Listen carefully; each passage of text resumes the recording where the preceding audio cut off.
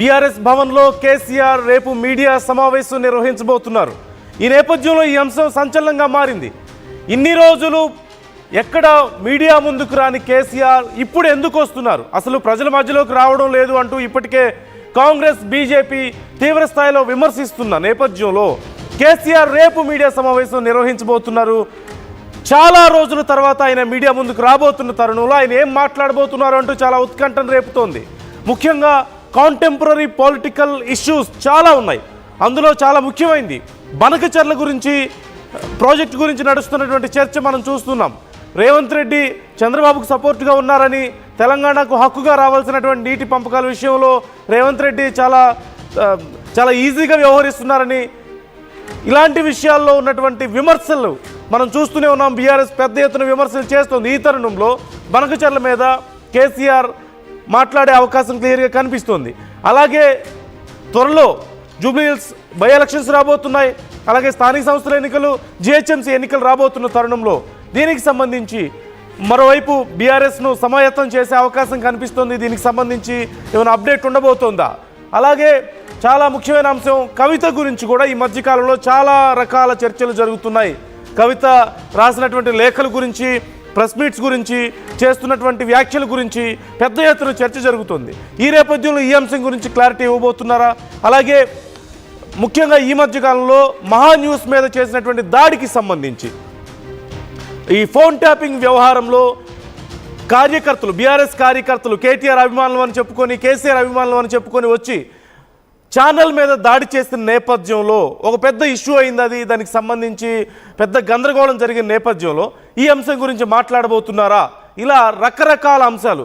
అలాగే కాంగ్రెస్ ప్రభుత్వ పర్ఫార్మెన్స్ ఏ విధంగా ఉంది, ఏ విషయాల గురించి విమర్శించబోతున్నారు అనేది కూడా చాలా కీలకమైనటువంటి అంశంగా మారింది. ఇలా కాంటెంపరీ పొలిటికల్ ఇష్యూస్ చాలా ఉన్నాయి. ఈ నేపథ్యంలో బీఆర్ఎస్కి సంబంధించినటువంటి అంశాలు కూడా, పార్టీలో నెక్స్ట్ మరి ఎవరు అనేది చర్చ కూడా నడుస్తున్న తరుణంలో, ఈ మధ్యకాలంలో వరుసగా కేసీఆర్ హెల్త్ కొంచెం అప్సెట్ అవుతున్న తరుణంలో మరి పార్టీలో నెక్స్ట్ ఎవరు ఉండబోతున్నారు అనే దానికి సంబంధించి పెద్ద ఎత్తున చర్చ జరుగుతుంది. ఓవైపు కవిత గ్రౌండ్ వర్క్ ప్రిపేర్ చేసుకుంటున్నారు అనేటువంటి ఊహాగానాలు మనం చూస్తున్నాం. వస్తున్నటువంటి సంచలనమైనటువంటి స్టేట్మెంట్స్ కూడా మనం చూస్తున్న తరుణంలో మరి బీఆర్ఎస్లో నెక్స్ట్ ఎవరు ఉండబోతున్నారు అనే దానికి సంబంధించి ఏమైనా అప్డేట్ ఇచ్చే అవకాశం ఉందా? అలాగే బీఆర్ఎస్ కార్యాచరణ ఏ విధంగా ఉండబోతోంది? ఇవన్నీ కాకుండా అసలు ఇవన్నీ కాదు, నేను ప్రజల్లోకి రాబోతున్నాను అని ఏమైనా చెప్పబోతున్నారా? ఇన్ని రోజులు అసెంబ్లీకి రావడం లేదు, లేదంటే ప్రజల్లోకి రావడం లేదు, రాజకీయాల గురించి మాట్లాడడం లేదు, ఇలా రకరకాలైనటువంటి విమర్శలు కాంగ్రెస్ నుంచి, బీజేపీ నుంచి ఎదుర్కొంటున్న తరుణంలో ఇక బీఆర్ఎస్కి సంబంధించి ఒక మాస్టర్ ప్లాన్ ఏమైనా ప్రకటించే అవకాశం ఉందా? లేదంటే ఏ విధంగా ప్రజల్లోకి వెళ్ళబోతున్నారనే చెప్తారా? లేకపోతే ఇక ముందు ఎలా ఉండబోతుంది బీఆర్ఎస్ కార్యాచరణ, ఏ విధంగా ఉండబోతుంది? బీఆర్ఎస్ కార్యకర్తలకు ఏమైనా ఒక యాక్షన్ ప్లాన్ ఇచ్చే అవకాశం ఉందా? ఇలా అనేక అంశాలకు సంబంధించి చర్చ జరుగుతుంది. రైట్, ఈ అంశానికి సంబంధించి అసలు పొలిటికల్ సర్కిల్స్లో ఏం నడుస్తుంది, బీఆర్ఎస్ వర్గాల్లో ఎలాంటి చర్చ నడుస్తుంది, చాలా రోజుల తర్వాత కేసీఆర్ మీడియా ముందుకు వచ్చి ఏం మాట్లాడే అవకాశం ఉంది, ఈ అంశాల గురించి మాట్లాడదాం. మనతో మా ప్రతినిధి మధు లైవ్లో సిద్ధంగా ఉన్నారు. మధు, డీటెయిల్స్ ఎలా ఉన్నాయి? కేసీఆర్ ప్రెస్ మీట్ అంటే ఒక సంచలనంగా మారబోతుంది. ఆయన ఏది మాట్లాడినా చర్చే ఖచ్చితంగా. అందులోనూ చాలా రోజుల తర్వాత ఆయన మీడియా ముందుకు వస్తున్న తరుణంలో చాలా అంశాలు ఉన్నాయి మాట్లాడడానికి. ప్రధానంగా ఏ అంశాల గురించి మాట్లాడే అవకాశం ఉంది? అసలు ప్రెస్ మీట్ ఉద్దేశం ఏంటి? బీఆర్ఎస్ వర్గాల్లో ఏం చర్చ నడుస్తుంది? ఎగ్జాక్ట్లీ, అంటే నిన్న ఆసుపత్రిలో బీఆర్ఎస్ పార్టీ నాయకులతో ఆయన పిచ్చాపాటి మాట్లాడారు. 3 గంటలకు పైగా చాలా సేపు కొన్ని అంశాలను ఆయన వివరించే ప్రయత్నం చేశారు. అంటే కేసీఆర్ బయటికి రావట్లేదు, ఫామ్ హౌస్ కే పరిమితం అయ్యారు అనేటువంటి చర్చ నడుస్తున్న నేపథ్యంలో కేసీఆర్ అన్ని గమనిస్తున్నారు జరుగుతున్నటువంటి పరిణామాలపైన అనేటువంటిది ఆయన వారికి వివరించే ప్రయత్నం చేశారు. 1-2 రోజుల్లో మీడియా ముందుకు వస్తానని స్టేట్మెంట్ ఇచ్చారు. దాదాపు రేపు కేసీఆర్ మీడియా సమావేశం ఉండే అవకాశం ఉంది. ఒకవేళ అనుకోని కారణాల వల్ల పోస్ట్ పోన్ అయితే తప్ప దాదాపు రేపు మీడియా ముందుకు వస్తారు.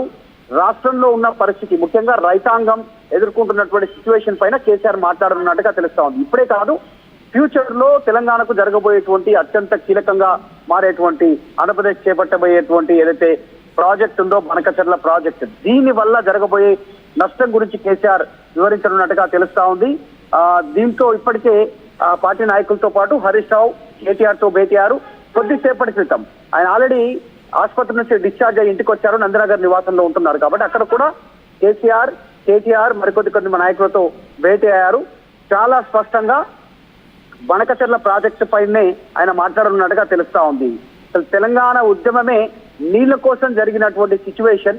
సో ఈ రోజు తెలంగాణ ఎవరి కోసం వచ్చింది? 10 ఏళ్ళు మనం పాలించిన తర్వాత కూడా మళ్ళీ ఆంధ్ర వాళ్ళ బాగు కోసం, ఆంధ్ర వాళ్ళ మేలు కోసం ఈ రోజు ప్రభుత్వాలు నిర్ణయం తీసుకునేటువంటి పరిస్థితి ఉంది. సో ఇప్పుడు ఎగ్జాంపుల్ తెలంగాణలో 10 ఏళ్ళు అధికారంలో ఉన్నాం. 10 ఏళ్లకు సంబంధించినటువంటి విషయంలో అనేక అంశాలను ఇప్పుడున్న కాంగ్రెస్ ప్రభుత్వం ప్రస్తావిస్తా ఉంది.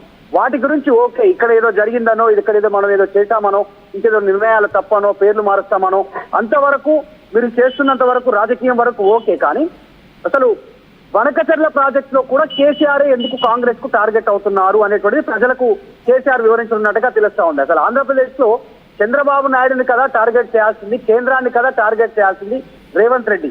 వాళ్ళిద్దరినీ వదిలేసి ఇంకా కేసీఆర్ ని ఎందుకు టార్గెట్ చేస్తా ఉన్నారు? ఈ అంశాన్ని కేసీఆర్ వివరించనున్నట్టుగా తెలుస్తా ఉంది. నిన్న పార్టీ నాయకులతో, ఈ రోజు మాట్లాడినటువంటి నాయకులతో ఒక అంశాన్ని కేసీఆర్ క్లారిటీ ఇచ్చినట్టుగా ఆర్టీవీ దగ్గర సమాచారం ఉంది. చాలా స్పష్టంగా అంటే ఉమ్మడి ఆంధ్రప్రదేశ్ లో ఎన్టీ రామారావు ముఖ్యమంత్రిగా ఉన్నప్పుడే తెలంగాణలో నీటి పంపకాల విషయంలో అప్పుడు తెలంగాణ ప్రాంతానికి, రైతాంగానికి జరుగుతున్నటువంటి నష్టం పైన కేసీఆర్ ఎన్టీఆర్ దృష్టికి తీసుకెళ్లారు. ఆ సమయంలోనే 27 మంది ఎమ్మెల్యేలను కూడగట్టుకొని ఎన్టీఆర్ దగ్గరికి తీసుకెళ్లాను ఆ టైంలో అనేటువంటిది ఈ రోజు జరిగినటువంటి ఎమ్మెల్యేలతో, నాయకులతో ఆయన షేర్ చేసుకున్నట్టుగా తెలుస్తుంది. తర్వాత ముఖ్యమంత్రిగా చంద్రబాబు నాయుడు అయ్యారు.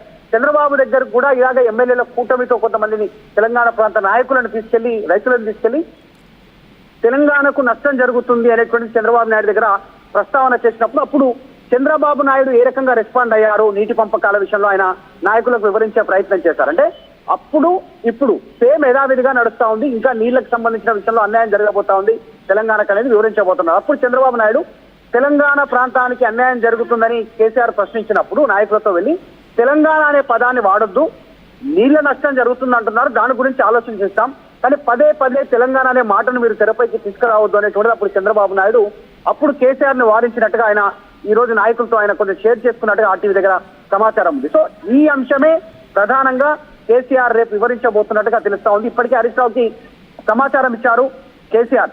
హరీష్, పూర్తిగా పనకచర్ల ప్రాజెక్టుకు సంబంధించినటువంటి విషయంలో పూర్తి డీటెయిల్స్ గ్యాదర్ చేయండి, నా దగ్గర ఆల్రెడీ సమాచారం ఉంది, ఇంకా కాస్త గ్యాదర్ చేయండి, ఇదంతా మీడియా ద్వారా వివరిస్తాను అని చెప్పారు.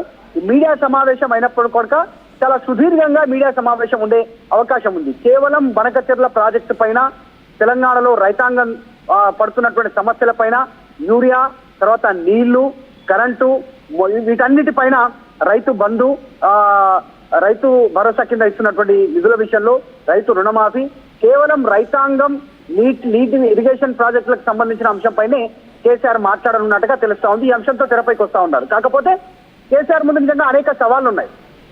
పార్టీలో అంతర్గతంగా జరుగుతున్న కొన్ని అంశాలు, తర్వాత ఫోన్ ట్యాపింగ్ నిజంగానే, తర్వాత దాంతో పాటు పార్టీ సంబంధించినటువంటి కార్యక్రమాలతో ఏ రకంగా ముందుకు వెళ్ళాలి, క్షేత్రస్థాయిలో నెక్స్ట్ పార్టీ ప్లీనరీ, నెక్స్ట్ తదుపరి ఎవరికి అవకాశం ఇవ్వాలి, ప్రతిపక్షాలు విమర్శలు చేస్తున్నట్టు బీసీ వర్కింగ్ ప్రెసిడెంట్, ఇంకా SC working president, ST working president, ఇట్లా అనేక ప్రతిపాదనలు ఉన్నాయి పార్టీలో. ఎందుకంటే ప్రెసిడెంట్ గా కేసీఆర్ ఉన్నారు, వర్కింగ్ ప్రెసిడెంట్ గా కేటీఆర్ ఉన్నారు, కాబట్టి మీరైనా ఇంతవరకు అవకాశం లేదనేటువంటి విమర్శలు చేస్తా ఉన్నారు బీజేపీ, కాంగ్రెస్. సో దానిపైన కూడా